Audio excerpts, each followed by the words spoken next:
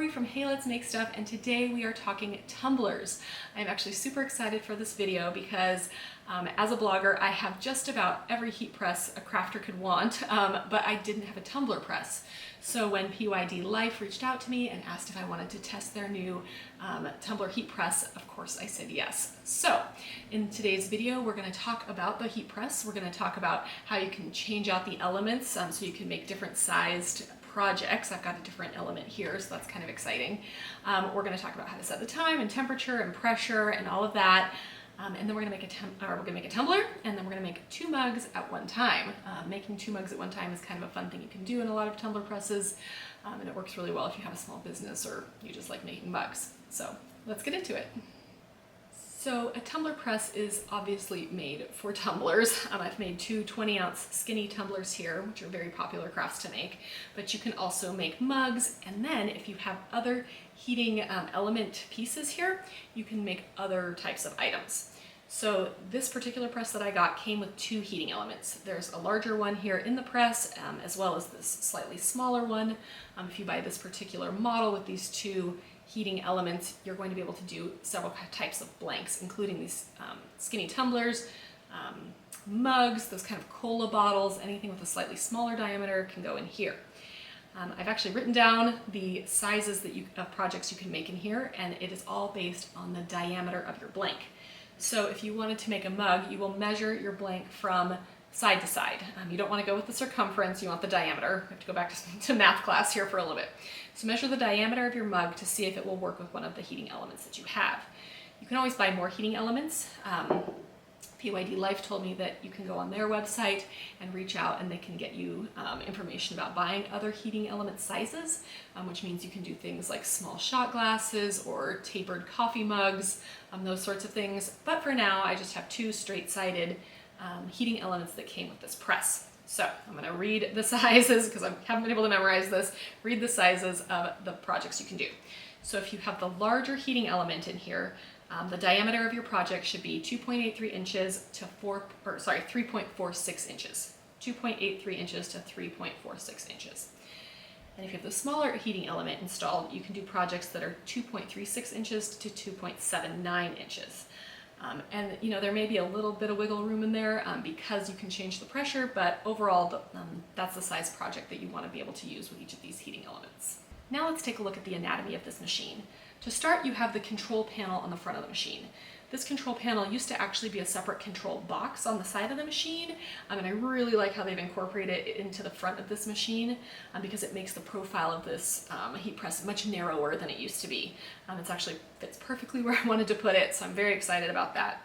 It is a little deep, but it fits on any table really easily, so it's not huge, it's not small, it's kind of somewhere in between. So behind the control panel is the heating element. And you can see that here. You can see that you put your blank in here, and this is what heats up and applies the heat to your blank. The heating element is changeable. So like I said before, I have this smaller heating element here. And to change that out, which I'm not going to do the whole process because it actually takes a little bit of a while, but I just want to give you kind of the basics. You unplug it here, so you'll unscrew this and pull out the cord. And then you'll remove all of these little screw tops. So when I first got this press, I actually had a difficult time getting these screws to turn. So I used one of those jar opener things to hold it so I could get a little bit better grip on it, and it worked just fine. So you'll pull out all of these screws here, you'll slide out the heating element, and then you'll put the other heating element back in and put the screws back in. When you're done screwing in the screws, you want to make sure that the screws are tight both when the press is closed and when the press is open. Because this shifts when you do that, I found that I thought I had them pretty tight, but when I opened it, they were still very loose, so I just tightened them back up. I didn't make them so tight that I couldn't undo them. You know, any of these I can still go over here and turn, but they're also not loose enough so that this shifts around. All right, so we have our heating element in there. And behind the heating element are 2 big black screws with these kind of knobby handles. This is how you adjust the pressure. Before, on the last heat press, there was also knobs on the front, but they've gotten rid of those, and it's just these 2 knobs here, making it very easy to adjust the pressure. All you have to do is turn the knobs the same way, either direction, for more pressure or less pressure. I think it's really good to change or to turn the knobs at the same time because you want the pressure to remain even across your blank. If you have way less pressure at one end, you may end up with a faded image. Of course, you don't want that. So you can also visually look down at the top here and make sure that it all looks like it's closing at about the same angle. We'll go ahead and use these knobs here in a little bit when we change over to using a mug, because you can see here, if I put a mug in here right now, there is just no chance of this thing closing. The diameter of the mug is much larger than the diameter of my tumbler. So we will work on changing the pressure here later in this video. The final thing you have here is this handle. This is how you obviously open and close the press. When you close it, you want it to be firm but not super difficult. So right now I have it set for my tumbler. Stick my tumbler in there and you can see it takes some effort to close it, but it's not like I'm not using all my strength. I have found for tumblers in particular that a slightly lighter pressure, still firm but not like super heavy pressure, keeps it from creating tape marks. If the pressure is too much, the pressure of the tape can actually be sublimated into your image. So I have found that if you just like back up off that pressure just a little bit, you can avoid those tape marks. All right, so let's go ahead and turn this guy on. And you'll see here that the control panel lights up. It's actually a nice clear control panel. I like it a lot compared to my other heat press, which is, looks like an old alarm clock. So we've got the top number here, which is your temperature, and the bottom number here, which is your time. To set these, you click set, and then it'll say SP, which is set time. I don't know. And then you can move it up and down to, set temperature. You can move it up and down to set your temperature, whichever direction you want. I've got it set at 360 for now, and once you have your temperature set, then you click set again, and then you can set your time. I was doing mugs, so I set it for 280 seconds because ceramic often takes much, much longer in a heat press than metal. So I'm going to do a tumbler next, so I can, take this down to 60 seconds. It is a very sort of annoying beep, so I'm not going to subject you to that, but I am going to set this down to 60 seconds. All right, so we are ready to make our tumbler. I have set the tumbler press to 360 degrees for 50 seconds, and that's heating up, and I can just feel the heat coming off of it, so I'm gonna be careful not to touch it. You're also gonna need your sublimation blank. So sublimation requires a poly-coated blank for the chemical process of sublimation to work. Most times when you buy blank tumblers like this, they're designed for sublimation, but just double check. I will link to these specific PYD Life tumblers in the description. You also want to make sure you take out the lid and the straw. You don't want to press with those in there. Next, you're going to need your image. So printing and finding printing images is like a whole other video. So for this video, I have just printed out an image from design bundles in Photoshop and cut it down to fit on my blank. I find that I will print the image and then I cut it down and test to make sure it will fit around my blank without having a white seam and or being too tall or too short. I like using a little tape measure because then I can measure the exact circumference of my image, and then I can trim it down using a paper trimmer. So handy little guy to have. You're also going to need heat resistant tape. This is tape that is specifically designed to withstand the heat of the press. I've got mine here in a fancy little tape dispenser that I like. It cuts the tape for me, and then it has a longer roll here on the side. It works really well. You don't need a fancy tape dispenser, but I'll link to it. I really like it. You also need a lint roller or some isopropyl alcohol and a cotton ball because you want to clean the surface of your blank, which I've actually already done. You're going to need some butcher paper, which you're going to wrap around your blank before you put it in the press because you don't want any of the sublimation ink to accidentally leak into the heating element, or then it will get on future projects. You're going to want a pair of heat-resistant gloves. This is really hot. It's like your oven, so having heat-resistant gloves while you manipulate the image or the blank in there while we turn it around to press it the second time, and then when you want to pull it out, these are key. And then you'll want some sort of heat-resistant mat that you can set your project on once you pull it out of the press. There are lots of schools of thought of the best way to tape a transfer to a tumbler. I'm not saying that my way is right, although I think I've found a way that works really well for me. You may want to research other methods that people have if you're struggling with ghosting at the top or bottom, but this is kind of the process that I found that works very well for most of my tumblers. I feel like most of them are turning out really good these days. So you want to flip your image over onto its back here, and then start with a piece of tape face down here. You don't want to actually tape it to the table, but you want that sticky part, facing toward the actual part of the image. Then take your blank here and wrap your design around. This way you can like tap it on the table to make sure that it's even, and then you can just use that piece of tape, and you want to pull this as tight as you can, and then you can tape over there. This overlaps a very, very, very small amount. I have found I would rather just have that slight overlap, even if it's slightly darker than the rest of my cup, than have a big white line in the back. So I usually try and make it overlap just the smallest amount if I can. So I have this first piece here, and then I'm going to put pieces of tape up and down the side here in the same way. So let's see here. And again, you want to kind of pull that transfer as tight to your blank as possible. The point is if you have any air gap in here, because of the way sublimation works, which is it goes from a solid ink on your your transfer sheet to a gas, and then back to a solid on your blank, if there's any air in there, that gas will mix all around, and you can get sort of a blurred image if it's not fully flat onto your surface. So that's just really important when you're working on taping here. So again, pulling it as tight as I can. You can see here that I really am trying to like not have any kind of air pockets or anything. All right, let's do the other two here.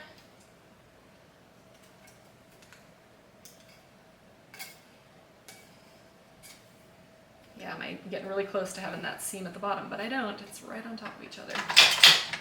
Perfect. Pull that really tight. So you can see here. You can see that I do still have some little parts here, so I'm actually going to run a long piece of tape down the side here.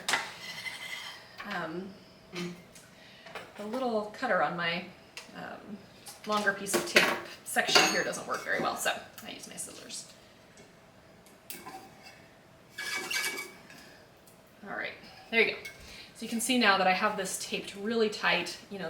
This is not going anywhere, even though there's no actual tape attached to the tumbler itself.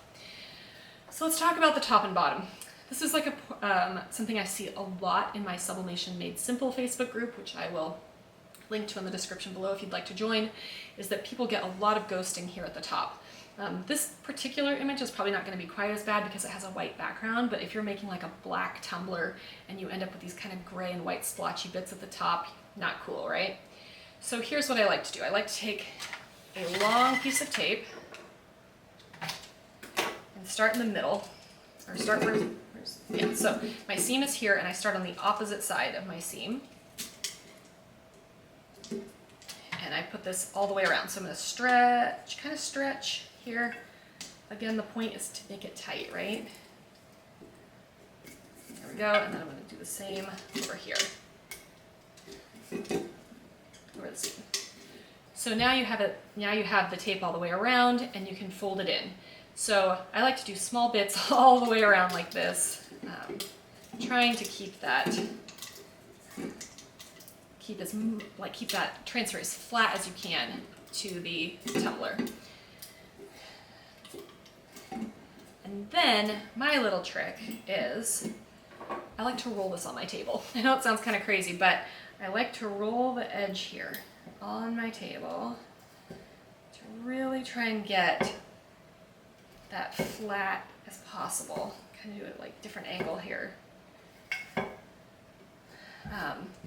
I have found that little trick of rolling it on the table has decreased the amount of ghosting I get by at least 80%. And you can see here, this is one I made earlier today. It has absolutely no ghosting here at the top. It looks really good. And then there's not even really any ghosting at the bottom. I don't know if you can see that from here, but this one turned out super well. And then I think it's because I've gotten this roll it on the table trick down. All right, so we did that. We're gonna do the same thing on the bottom. Pull a long piece of tape. Woo! Let's see, I'm making trouble over here. And again, I start away from the seam so that if there's any extra paper there, it will push toward that seam.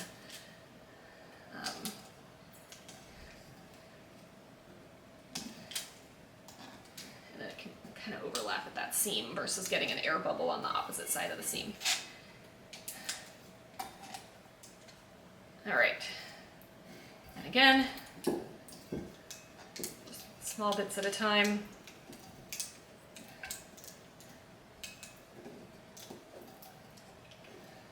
Let's see. I gotta go to the gym to be able to do this, I swear.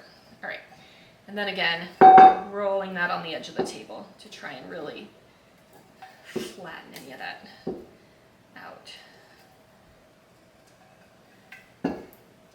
We're gonna hope this works because it's worked for me every time not on video.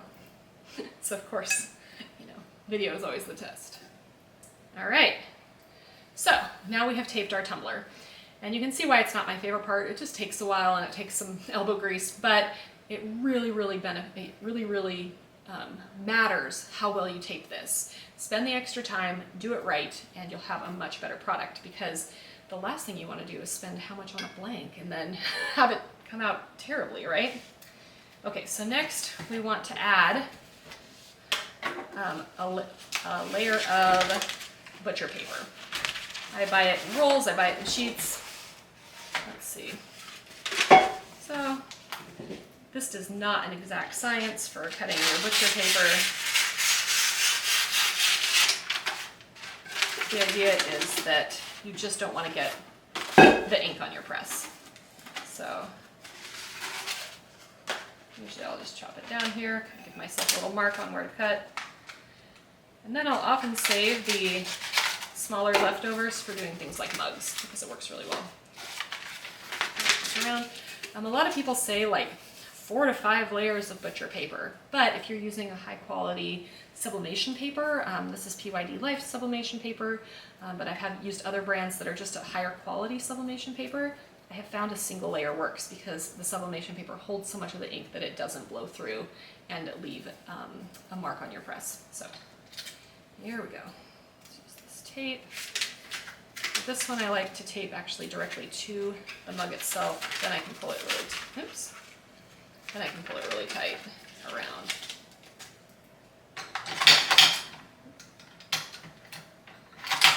Hold on, my tape press is not doing very well over here. There we go. All right, you do not need to do the ends for this. I have found that that's just not a necessary step. Okay, so now our tumbler is ready to go inside the press. I put on my heat-resistant gloves because I don't want to burn myself. So slide it on in there, and when you close it, you can see here that your timer will count down. There's also a little counter here that tells you how many projects you've made, which is kind of fun. So I've made 10 mugs and tumblers in here since I got it, and now it's counting down. We'll let this count down, and we'll come back to it in just a minute. Okay, so you can see that when it goes off, it is a tone that you cannot ignore. It doesn't just beep, it continues to buzz. So, stand up, put this back up. Now you want to rotate your tumbler 180 degrees or so, and press it for a second time. And again, it will start counting down, and I'll come back to it when it's all done. Okay, so we have our second layer here. So once it's all done, slide it out, and this is why you have your heat-resistant mat. I don't know if you can see this, but it's actually steaming. You can wait for a little bit to unwrap it. You can wait for it to fully cool if you'd like. I'm going to actually give it about 5 minutes. I like it to cool down a little bit before I unwrap it, just because right now it is still so hot that if for some reason I shift the transfer, there is a chance it could ghost my image, and I just don't want it to do that. So we'll come back in 5 minutes and we'll unwrap this. This has been cooling for about 5 minutes. Again, I do that mostly just so it doesn't resublimate where I don't want it to. It's still very hot, so I have my gloves on here. You can start by pulling off the butcher paper. Ooh, this is stuck nicely this time. All right, let me peel this off and I'll be right back. Okay, so I've got it all off here. You can see I actually struggle getting it off a little bit more than normal, of course, for video. And this one turned out really great. I think it looks really nice. It's got, you know, not much ghosting here at the bottom, just a very tiny bit on this leaf. The top looks excellent. My seam looks okay. I'm not, you know, super happy with the way it lined up, but, you know, seams are difficult just because of the size of different things that it's so very rare that you're actually going to get like the pattern to match up. But yeah, overall, I'm actually really happy with this. Okay, next up we are going to make 2 mugs at once. I've actually already prepared these mugs, but we need to change the heat press settings so that we can actually work with the mugs, because right now it's set for a much smaller diameter. So I have a 3rd mug here that we're going to slide in here so you can actually see the problem. If I tried to close this as is, there's no chance. So we need to make sure we reset this. I haven't turned this off because I didn't want to have to wait for it to cool. So I'm going to go ahead and make sure that I'm wearing my gloves when I pull this out. So to do this, we'll close the press, and then, actually I'll take these off for a second. And then you need to turn these knobs until you get to the pressure setting you want. Like I said before, I try and turn the knobs the same amount each time so that it changes the pressure evenly. Again, you can look at the top. My 2 plates right now look like they're about the same distance apart, so that's good. You really can't actually tell the difference if for some reason things aren't lining up. Let's see, yeah, it's still looking good. Mugs are quite a bit bigger than tumblers, so we'll go pretty far here. All right. So now we can try, I'm just gonna put my heat resistant gloves on here just in case. So we can try putting this in here now and seeing if it will close. Yeah, that's actually really good. Sometimes you'll need to test those settings again. Ceramic, you want a slightly tighter fit than you do for these metal tumblers, but again, you don't want it so hard that you have to really use all of your energy to close. So for mugs, we need to reset this to 280 seconds, which I realize is a lot, so I'm going to go ahead and do that and we'll be right back. Okay, so I have it set to 280 seconds, and yes, that's actually a really long time. Anytime you're pressing ceramic, you're gonna find that the press times are a lot longer than pressing other blanks. I don't know why, but that's the way it is.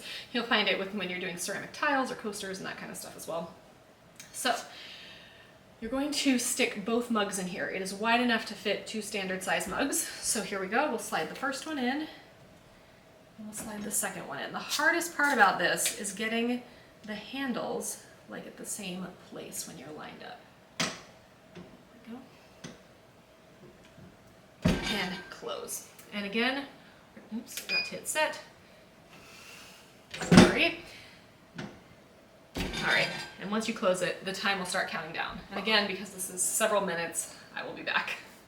Okay, so we have our mugs here.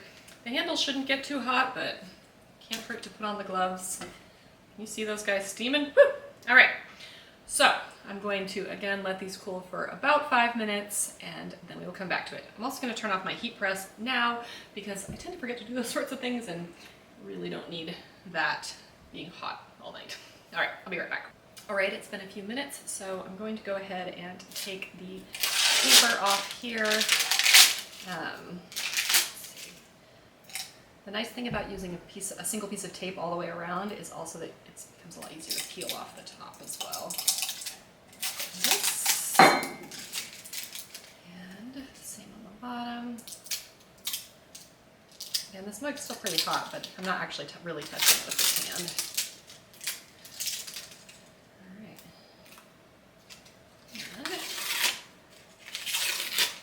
And pull that paper off. Cute mug. Super cute, right? All right. There's that one. This one.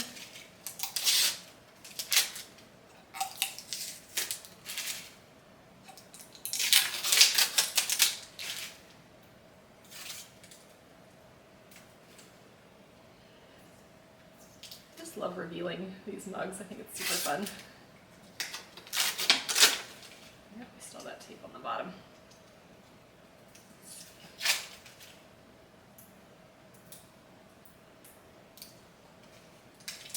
There we go. All right. Oop. So here we go. We've got 2 mugs made at the same time in the tumbler press. So the big question is this press worth it? And I think it is. I really do like it. It's it serves a purpose for my craft room that nothing else really served. I can make tumblers in the convection oven, but it does take a little bit longer, and sometimes the shrink wrap can be a little fussy. So I have actually found that this works a little bit better than the convection oven method. If you have a small business or you just find yourself making a lot of tumblers or mugs, I would definitely consider this tumbler press. It's high quality, it works really well, I like how the controls work, it doesn't take up a ton of space, especially now that they've moved that control box to the front of the machine. So overall, yeah, I do like it. I think it's worth the price, but again, you have to figure out your own needs, your own budget, and decide if it's worth it for you. If you enjoyed this video, I would love if you'd hit subscribe, like this video, leave me a comment. Do you think it's worth it? Do you want one? I'd love to hear what you have to say. In the meantime, I hope you have a great week, and I'll talk to you soon.